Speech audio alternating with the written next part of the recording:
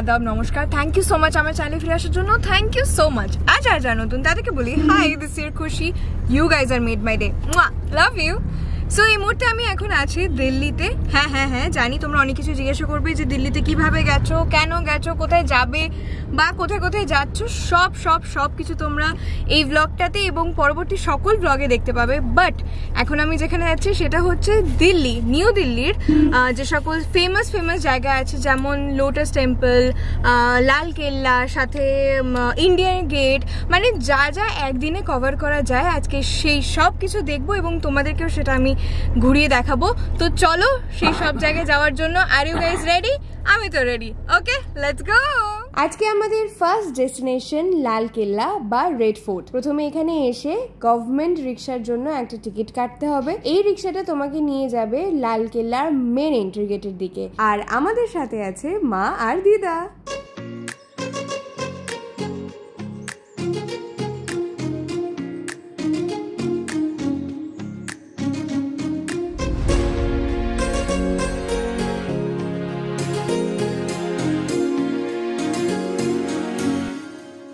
আমরা এখন আছি লালকেল্লাতে এবং লালকেল্লার যে এত বড় জায়গা জুড়ে রয়েছে তা আমার কল্পনার বাইরে ছিল প্রথমে আমাদেরকে যখন ড্রাইভার আঙ্কেল বাইরে ছাড়লো তখন বললো যে 2 ঘন্টার মধ্যে চেষ্টা করে চলে আসা কারণ আমাদের হাতে বেশি সময় নেই আজকে বাকি আরও অনেক জায়গায় ঘোরার আছে আমাদের তা আমরা বললাম যে 2 ঘন্টার মধ্যে আশা করে হয়ে যাবে এত সময় লাগবে না কী আছে বা ভিতরে বাট ভিতরে যে কী আছে সেটা দেখেই আমি জাস্ট পাগল হয়ে যাচ্ছি অপূর্ব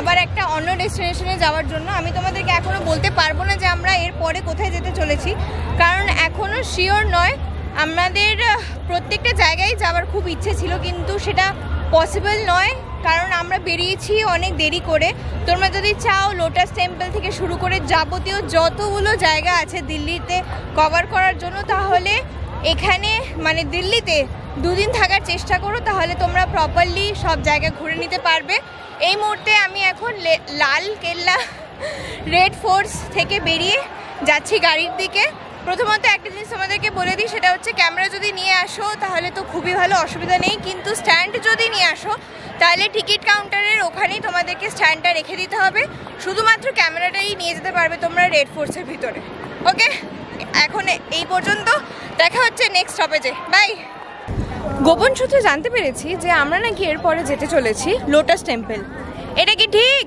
আমরা এরপরে কি লোটাস টেম্পল যাচ্ছি আজকে আমার সাথে আছে আমার মা এবং দিদা তাকাও অনেক বছর পর দিদাকে তোমরা আমার ব্লগে দেখতে পাচ্ছ কেমন আছো দিদা সবাইকে বলে দাও ভালো আছো কেমন লাগছে তোমার ঘুরে খুব ভালো লেগেছে আর এই যে আমার মাকে তো তোমরা সব জায়গায় দেখে দেখো আমাকে সুতরাং বেড়ানো মানে তো বিন্দাস আনন্দ শুধু আনফরচুনেটলি আজকে আমাদের সাথে বাবা জয়েন করতে পারলো না একদম ডিউটির বশত কি আর করা যাবে ঠিক আছে অসুবিধা নেই তো চলো এখন এবারে লোটাস টেম্পল যাওয়া যাক তাই তো ওকে চলো বাই বাই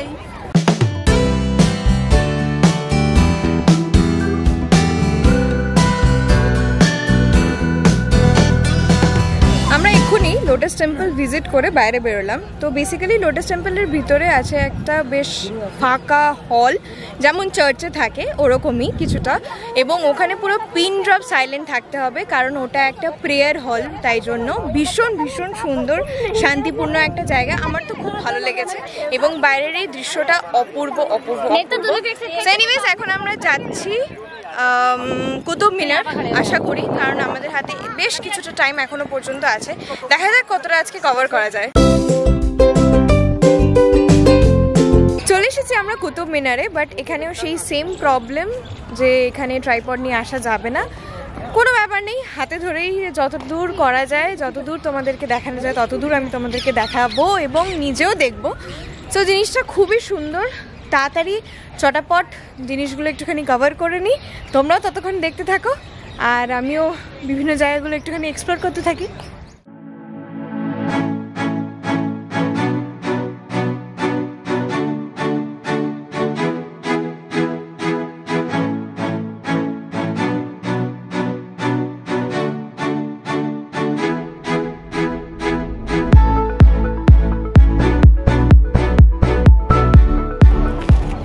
জানি তোমরা বিশ্বাস করতেই পারছো না আমার মতোই, কারণ পিছনে যে অপূর্ব দৃশ্যটা আমিও দেখছি এবং তোমরাও দেখছো সেটা আমি নিজের চোখে তো বিশ্বাস করতেই পারছি না। কুতুব মিনার যে বিকেলবেলাতে বা সন্ধ্যেবেলাতে এতটা বিউটিফুল দেখতে হতে পারে সেটা তোমরা নিজেরাই দেখছো এবং আমি তো দেখে পুরো অবাক। যাই হোক, এখন আমরা যাব ইন্ডিয়া গেটে, আমাদের হাতে বেশি সময় নেই, চলো লেটস গো। ইন্ডিয়া গেট যাওয়ার আগে আমরা গেছিলাম প্রেসিডেন্ট হাউস দেখতে। যেই টাইমটাতে আমরা গেছিলাম সেই টাইমটাতে প্রায় সব কিছুই বলতে গেলে বন্ধ হয়ে এসেছিলো। তাও ভাগ্য ভালো যে আমরা বাইরের টুকুনি এলাকা খোলা পেয়েছিলাম, নয়তো সেটাও একটা টাইমের পর বন্ধ হয়ে যায়।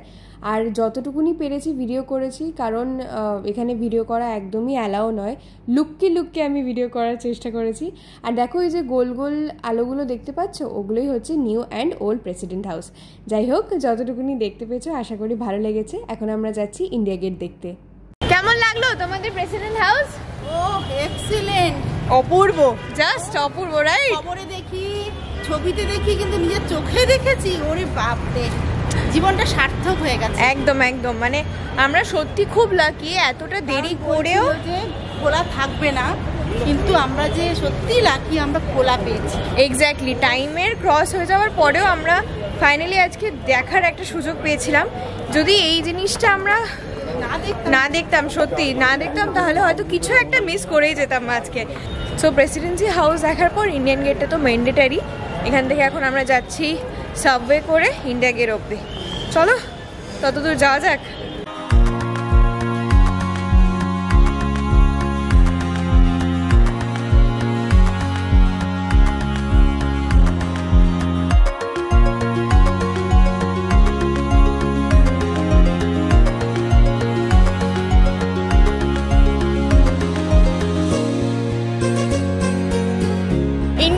সামনে একটা বড় বড় বড় স্টল বসেছিল খাবারের, সেখান থেকে আমি ট্রাই করলাম ফুচকা, মোমো, আর তার সাথে হচ্ছে তোমার বেবিকর্ন না সুইট কর্ন, এটা সুইট কর্ন, ইয়েস, অপূর্ব খেতে।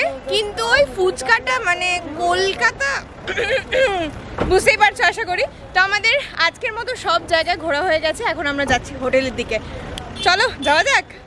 আমাদেরকে গাড়ি থেকে নামিয়ে দিয়েছে মেন রোডে এবং এখন আমরা যাচ্ছি পাহাড়গঞ্জ মার্কেট চাঁদিওয়ালি গলিতে, ওখানেই আমাদের হোটেল। তো বেশি দূরে নয়, জাস্ট হাঁটা পথে 2 থেকে 3 মিনিটের মতো।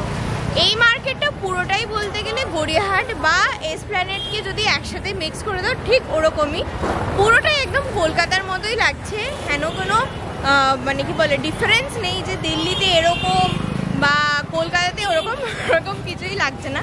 যেরকম কলকাতাতেও মার্কেটস হয় ওরকম টাইপেরই।